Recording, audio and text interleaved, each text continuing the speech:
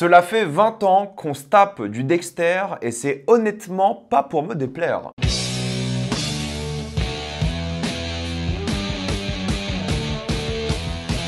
Dexter, les origines, ou Original Sin. Comme d'habitude, jusqu'à la minute indiquée dans le titre de la vidéo, il n'y aura pas de spoilers, ça va être tranquille, après on va tout spoiler. Dexter, les origines raconte l'histoire d'un jeune adulte qui décide d'arrêter ses études de médecine afin de se concentrer sur une nouvelle vie dans le monde de la police scientifique de Miami, sauf que cet homme a un secret, c'est un serial killer en devenir. Petite précision, j'ai vu l'intégralité de la série Dexter, les origines ou Original Sin, je sais pas c'est quoi le titre français, mais je le mettrai dans le titre de la vidéo de toute façon. J'ai vu l'intégralité parce que j'ai regardé avec un VPN, tout simplement. J'avais pas envie d'attendre la sortie française. Et oui, en France, c'est sorti la semaine dernière, ou il y a 2 semaines déjà, de manière plus ou moins hebdomadaire. Ils ont sorti 2 épisodes d'un coup. Je sais pas s'ils sortent 2 épisodes par semaine ou un épisode par semaine à partir de maintenant, mais j'ai pas attendu. J'ai tout regardé. Et ça sera une critique sur tout. Évidemment, je spoilerai qu'à partir d'un moment. Mais pour ceux qui se posent la question, c'est sur Canal en France. Et oui, honnêtement, je suis fan de Dexter. J'avais adoré les 4 premières saisons. À partir de la 5e, c'est un peu en dents de scie. Il y a de très bonnes choses, des choses un peu moins intéressantes, mais le climax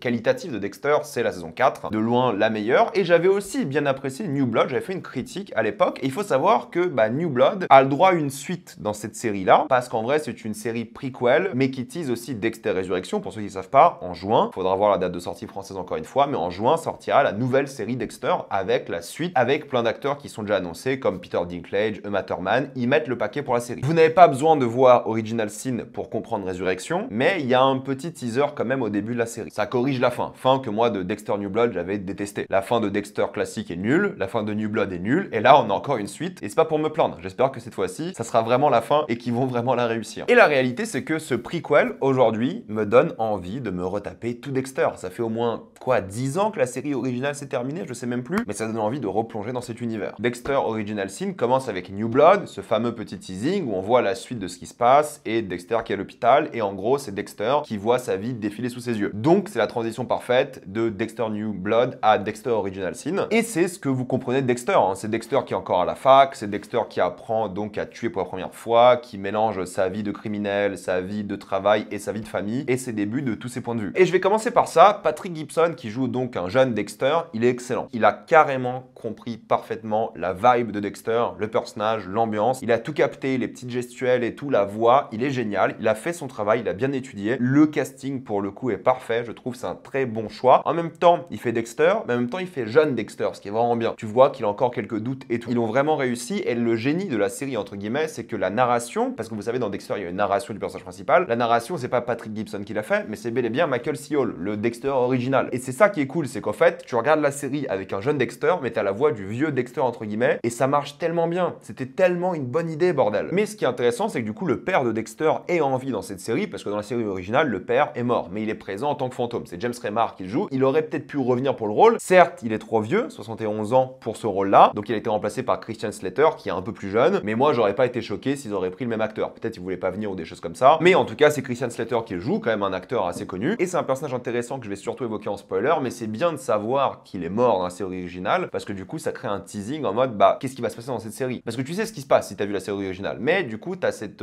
épée de Damoclès presque, qui est là durant toute la série, que je trouve vachement bien. Le choix de casting de Debra, au début, c'est Molly Brown qui interprète. J'étais pas très fan physiquement, je me suis dit, bon, ça ressemble pas vraiment à ce que je m'imaginais de Debra jeune, surtout que l'actrice de base, elle a un visage très reconnaissable, je trouve. Je trouve pas que toutes les actrices lui ressemblent, elle avait une personnalité aussi très forte, et je me suis dit, ok, on va voir cette actrice qu'il va faire, et elle est géniale aussi. Je trouve qu'elle a vraiment réussi. On y a une jeune Debra qui est à la fois tourmentée par ses problèmes de famille et en même temps cette personnalité un peu enclin à faire beaucoup de bêtises, mais énergétique. Et c'est ça qui est bien dans la série, c'est qu'en termes de casting, ils ont réussi à retrouver parfaitement l'ambiance originale. Je vais pas tous les faire, mais rapidement, Christiana Milian qui joue Lagertha, génial. Quel choix de casting, top aussi. On la ressent parfaitement, mais en version un peu plus jeune d'elle. James Martinez qui joue Batista, c'est littéralement le même. Ils ont trouvé lui en mode jeune. C'est pas possible, je sais pas comment ils ont fait. Déjà, en termes d'acting, ça va, mais en termes de ressemblance, c'est dingue ce qu'ils ont réussi à faire. Masuka jeune, en mode insupportable et tout, c'est cool aussi, mais t'as 2 nouveaux acteurs quand même. Sarah Michelle Gellar qui est dans la série, qui joue la chef du coup de Dexter, parce que c'est pas Masuka du coup dans cette série, et en même temps Patrick Dempsey qui joue le commissaire, qui s'occupe du coup de la police. C'est ça qui est bien, ils ont rajouté de nouveaux acteurs tout en réussissant le casting original. Et c'est bien parce que je trouve qu'ils ont vraiment compris les interactions entre les personnages. Du coup, il a quand même bien réussi à capter l'énergie, les interactions, les dialogues, et c'est la force en fait de la série. C'est les quiproquos entre les personnages, c'est Dexter qui essaie de cacher sa vraie identité. C'est au fait la série de base que vous aimez. Ils rebondissent tous très bien les uns sur les autres, il y a une vraie alchimie, il y en a qui sont méfiants, d'autres un peu plus bêtes par rapport à certaines choses. Ils ont tous une vie et un petit peu d'évolution. Même des personnages un peu genre tertiaires, limite, ils ont tous ces petits moments où tu dis ah ouais, il y a un truc un peu émouvant, il y a une petite émotion, il y a un petit truc sympathique. Ils ont des personnages attachants qui évoluent plutôt bien et ils ont gardé l'ambiance macabre, le côté méthodique de Dexter, mais cette fois-ci, il n'est pas expérimenté, donc il apprend, il fait des erreurs. Ils ont fait un nouveau générique, mais exactement avec la même vibe et c'est réussi. D'ailleurs, il y a beaucoup des musiques originales qui reviennent dans la série. Ils ont le même humour noir qui est drôle et encore une fois marche bien dans la série. Moi, le seul petit défaut que j'ai à cette série-là, c'est en termes d'ambiance par rapport à l'époque. On est en plein dans les années 80 et t'as pas grand-chose qui fait penser aux années 80. Ils auraient peut-être dû jouer un peu plus sur l'ambiance Miami années 80. Ça aurait peut-être été un peu mieux. C'est pas mauvais, mais c'est vrai que c'est un peu une opportunité à rater. Et c'est un prequel qui prépare beaucoup de choses et il y a une vibe un peu genre mini-série. Mais je pense pas. Je pense qu'ils ont vu un peu l'opportunité. Ils ont saisi à quel point ça peut être bien et je pense qu'ils vont avoir envie de continuer. Et en vrai, je suis chaud pour plus parce qu'en fait, ça me rappelle le Dexter de l'époque, mais avec une sorte de fraîcheur, tout en étant la même formule, un peu modernisée, tout en étant à l'époque, si vous voyez ce que je veux dire. Parce qu'on peut se dire, ok, c'est un prequel pour faire de l'argent, mais ils ont réussi à capter un truc qu'on n'a pas vu depuis longtemps. Et en vrai, pour les fans de Dexter, ça donne et envie de se retaper toute la série et envie de voir plus de saisons parce qu'en vrai, tout fonctionne. On a un Dexter qui est en pleine puberté, entre guillemets, qui se découvre de plein de points de vue différents, le côté serial killer de une, sa faim qu'il a, qu'elle soit genre métaphorique par rapport à ses meurtres, et sa faim aussi parce qu'il mange tout le temps. Il découvre le sexe, il découvre la drogue. Il a ces fameuses pulsions d'un point de vue d'adolescent, entre guillemets, même s'il a 20 ans, et d'un point de vue serial killer, et le mélange est parfait. C'est une très bonne idée d'avoir mis ce Dark Passenger, il l'appelle comme ça depuis 20 ans, dans un corps de jeune. D'ailleurs, si vous vous rappelez de Dexter jeune, dans la série originale avec sa perruque, il y a une blague d'ailleurs sur ça dans la série, et c'est assez drôle. On est sur un bon rite initiatique, avec des émotions conflictuelles de sa part par rapport à ce qu'il veut faire, son travail et en même temps sa famille. Il y a un côté un peu incel et un peu sur le spectre de Dexter qui est intéressant à suivre. J'avais fait d'ailleurs un tweet que j'ai vite supprimé parce que moi je me rappelle de Dexter en fin de saison. Et en fin de saison, Dexter c'est un peu un gros baiser charismatique, mais vous savez qu'au début de la saison, c'est un mec qui est nul avec les femmes. Et là, on le découvre un petit peu. On voit son appréciation de la mort par rapport à ses collègues qui eux en souffrent et ils aiment pas voir des gens morts, ce qui est logique. Et lui, il pense toujours que c'est quelque chose de moral ce qu'il fait. Et c'est ça qui est cool aussi, c'est qu'il est complètement dans son monde et c'est pour ça qu'on aime bien le voir en tant que protagoniste. C'est qu'on le comprend d'un certain point de vue et en même temps, bah, il nous terrifie. J'aime beaucoup comment il s'inspire de criminels qui ont déjà vécu, comment il étudie certaines choses, comment il s'inspire d'art comme American Psycho, le livre du coup à l'époque. Il est conscient en même temps asocial et appréciable à suivre. Et on voit justement ses nombreuses méthodes et comment il est devenu qui il est, comment il découvre sa fascination pour ses trophées et des choses comme ça. Ils l'ont bien réussi quoi. Et pareil pour les autres personnages. Deb, on voit sa vie au lycée, on voit sa vie de famille qui est pas bonne pour le coup. Elle se sent vraiment délaissée parce que du coup c'est son père qui s'occupe de Dexter, elle est mise sur le côté. Le côté populaire du lycée par rapport à des mauvaises rencontres qu'elle fait. Pour moi, Deb, c'est un peu le cœur émotionnel de la série et ça l'a toujours été. Mais là, en tant que jeune, il y a un truc encore plus tragique et touchant de voir une adolescente faire autant d'erreurs, parce que quand il est adulte, ok, il est un peu conne à certains moments, Deb, d'un certain point de vue, mais pas parce qu'elle est bête, mais parce qu'elle fait des choix émotionnels qui sont pas bons à cause de ce qu'elle a vécu. Mais là, on voit ce qu'elle a vécu, et je trouve ça bien. Et je trouve que l'actrice a réussi à ressortir ce cœur émotionnel. Et le truc, c'est que Christian Slater, il est bon, je trouve, comme acteur. Il s'est un peu laissé aller ces dernières années, hein. C'est pour ça qu'il a pas fait beaucoup de films. Mais vu que tu sais qu'il va mourir, parce que c'est le principe de la série de base, hein, c'est pas un spoil, il y a ce côté un peu tension, et en même temps, il y a des flashbacks qui sont saturés à mort. Je sais pas pourquoi c'est saturé comme ça, c'est immonde pour le coup, ça c'est un choix artistique que j'ai pas compris. Et il y a un côté aussi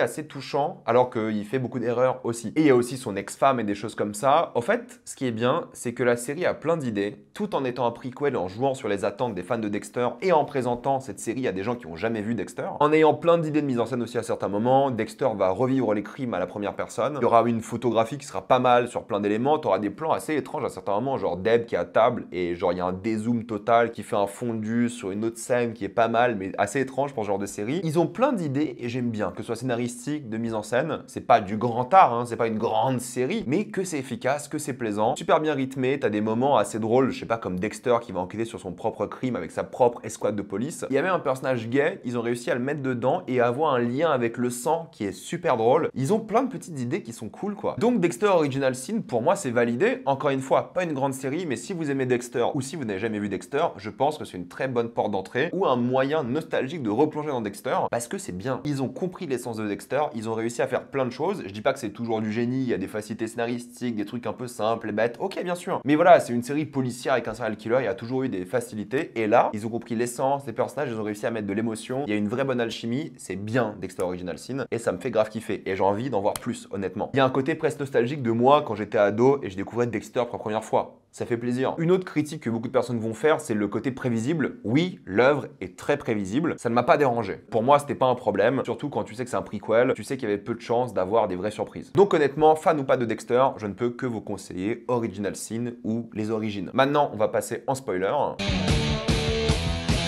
J'adore le manque de préparation de Dexter au début. J'ai parlé du côté asocial et tout, avec les femmes, avec la bouffe, tous ces petits problèmes qu'il a. Même avec son père, il dit des dingueries à certains moments et son père, il est dégoûté parce que son père, c'est un mec normal, entre guillemets. J'aime beaucoup quand il doit poursuivre des mecs et au final, ils se font tuer par une voiture et il doit nettoyer la maison de la personne en question. J'aime beaucoup la première fois qu'il tue, tu sais, de manière symbolique, il est dans un stade, dans une sorte de gymnase où il tue devant tout le monde en théorie, mais c'est plus symbolique que réel. C'est montrer un peu son audace, ses erreurs. J'aime beaucoup comment il découvre comment il va tuer les gens. J'aime beaucoup la scène où il met son père dans la même situation que quelqu'un qui pourrait tuer et son père il est dégoûté. Son père il ressent un vrai choc par rapport à ça. Et quand vous avez vu la série originale, vous savez à quel point c'est important ce genre de scène. Encore une fois, j'ai pas envie de spoiler la série originale pour ceux qui l'ont pas vu. Mais pour ceux qui savent ce qui se passe avec son père, cette scène-là est marquante. Les premières fois quand il a pas ses fameuses injections et il découvre justement le tranquillisant à cheval, normalement ces petits trucs m'auraient énervé dans un film. Mais en fait, vu que le but de l'histoire c'est de apprendre comment il a découvert chaque étape de son processus, genre ses trophées par exemple, bah ça marche bien. Et j'aime beaucoup comment on voit le traumatisme de lui enfant, sa mère, pourquoi est-ce que sa mère est décédée, comment elle a été perdue face à ces cartels, comment lui est né dans un bain de sang, est-ce que ça lui a fait, pareil pour son frère. Il est confronté à sa mort et ça lui fait rien. Donc j'aime beaucoup encore une fois ce personnage. Comme je vous l'ai dit, Debra me fait beaucoup de peine. Elle a pas de figure paternelle, du coup elle commence à dater un gars de 25 ans parce qu'elle a besoin de quelqu'un dans sa famille, parce que sa mère est décédée, sans sa mère elle est perdue, son frère et son père sont de mèche, elle fait rien, elle est perdue, personne s'occupe d'elle. C'est un personnage tragique que j'aime beaucoup et chaque choix de merde qu'elle fait, je ressens de la peine plus que de la colère et ça c'est vachement bien. J'ai adoré Debra honnêtement dans cette série, j'ai toujours adoré Debra de toute façon dans la série, je trouve que c'était toujours l'un des meilleurs personnages, sauf vers la fin de la série mais ça on n'en parle pas. Et c'est pas pour rien que je dis que Deb est le cœur émotionnel parce qu'on le voit à la fin quand elle a ce speech par rapport à quelqu'un qui est dans une sorte de coma et c'est ça que j'aime bien, c'est son émotion mais surtout le cheminement pour qu'elle veuille devenir une policière et je trouve que c'était un cheminement logique, satisfaisant et à la fin t'as envie qu'elle rejoigne cette école et dans la saison 2 j'imagine qu'on la verra faire ça. Le père pareil, le fait qu'il se lie d'amour avec ce personnage là à l'époque, l'adultère qui le motive à garder ses deux enfants et tu comprends que Brian allait tuer un bébé du coup il a dû être séparé de son frère et c'est Brian justement qui a toujours voulu être de nouveau avec son frère. J'aime beaucoup justement cette idée là d'adultère assumé parce que pareil c'est un gars qui est mauvais,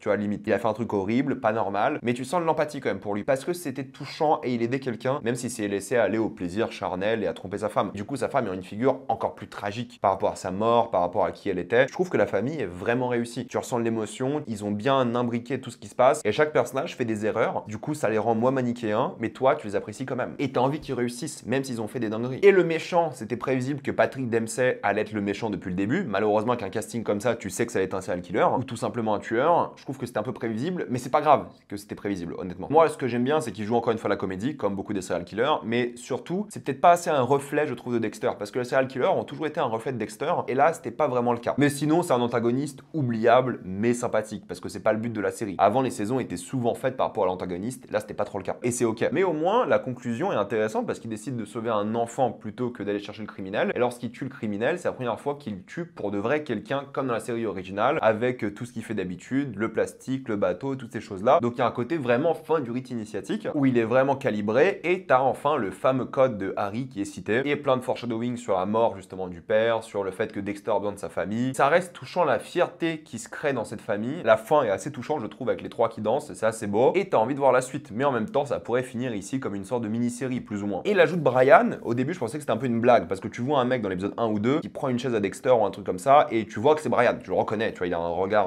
reconnaissable, il a une coiffure et tout, tu sais que c'est lui. Je me suis dit, ok, c'est une sorte d'easter egg, c'est rigolo, et puis basta. Mais en fait, c'est l'un des antagonistes aussi, et c'est marrant parce que je me demande si la série va oser faire une saison 2 aussi sur lui. C'est qu'on suive un peu les deux en parallèle. Ça peut être intéressant, parce que du coup, on a envie de savoir comment ils se sont mis en couple avec Deb et des choses comme ça, et je trouve que ça peut être cool de développer cette relation-là, même si c'est compliqué vu que c'est un prequel parce qu'ils peuvent pas vraiment se connaître, mais j'ai toujours trouvé ça un peu dommage que l'antagoniste de la première saison de Dexter soit le frère de Dexter. Du coup, pour ceux qui n'ont pas vu la saison, bah là, ça va spoiler évidemment ce qui se passe dans la saison de 1. Je vous le dis parce qu'en vrai, si vous avez vu Original Sin, vous comprenez direct que l'antagoniste de la saison 1 de Dexter sera son frère. Du coup, ça vous spoil la saison 1. C'est pas si grave que ça au final, mais voilà. Donc, peut-être plus de Brian, ça peut être intéressant, mais j'ai bien aimé comment on le voit, le parallèle avec Dexter, et peut-être on en verra un peu plus. Et encore une fois, le choix de casting a l'air génial. On n'en a pas vu beaucoup, mais ça a l'air bien. Et vu comment la saison s'est finie, avec la confrontation avec le père et des choses comme ça, tu t'imagines vraiment que la saison 2 va porter sur lui, surtout qu'il y a un cliffhanger. Mais je me demande à quel point, parce qu'ils sont vraiment limités par rapport à la vraie série. Mais je suis curieux de voir ça, parce que je trouve que Brian est un bon antagoniste, et c'est bien de le développer un peu plus. Je pense qu'il va être fascinant par la suite. Mais bon, maintenant on sait que Harry ne reverra sûrement jamais Brian, et qu'il va se mettre avec Deb après le décès de Harry. Du coup, comment tout ça va s'imbriquer, on verra bien. Mais ça donne envie de voir la suite, ça c'est sûr. Pour vous dire, j'ai grave kiffé, j'ai hâte de voir la suite, et dites-moi ce que vous en avez pensé. Pensez à vous abonner à la chaîne pour voir les prochaines vidéos, mettez un j'aime, ça aide beaucoup la chaîne. Suivez-moi sur tous mes réseaux pour plus de contenu court ou des lives, et moi je vous dis à la prochaine fois.